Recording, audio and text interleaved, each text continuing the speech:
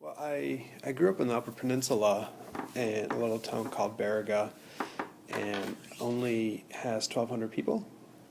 So very small, and lived there through high school. And then I finally came to MSU for college. I spent 5 years at MSU studying advertising and sociology, and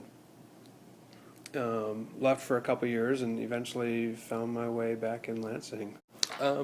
I sit at my computer all day, and yeah, I really focus on web development.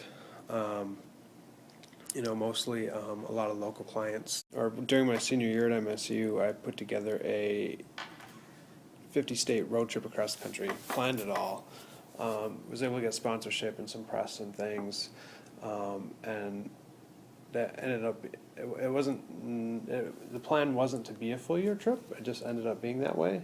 Stayed in over 100 households of strangers across the country. So the squirrel, Rice the Squirrel is his name. When I started, I was like, okay, I'll take this out and take a picture of it here and there, and I didn't really have any plans with it, with him, I should say. And as I started taking more pictures of Rice and posting them on the website, he became more famous, I guess. Cool part of the trip, I was very fortunate to have sponsorship from Jeep.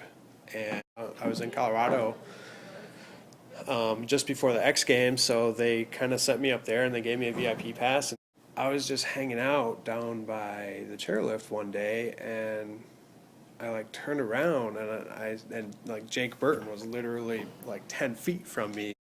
I'm just thinking what's this guy hanging out here the busiest day of the year at Aspen? But I kind of thought man, that guy's the real deal if he's comes and puts up with all this when he could be snowboarding anywhere in the world.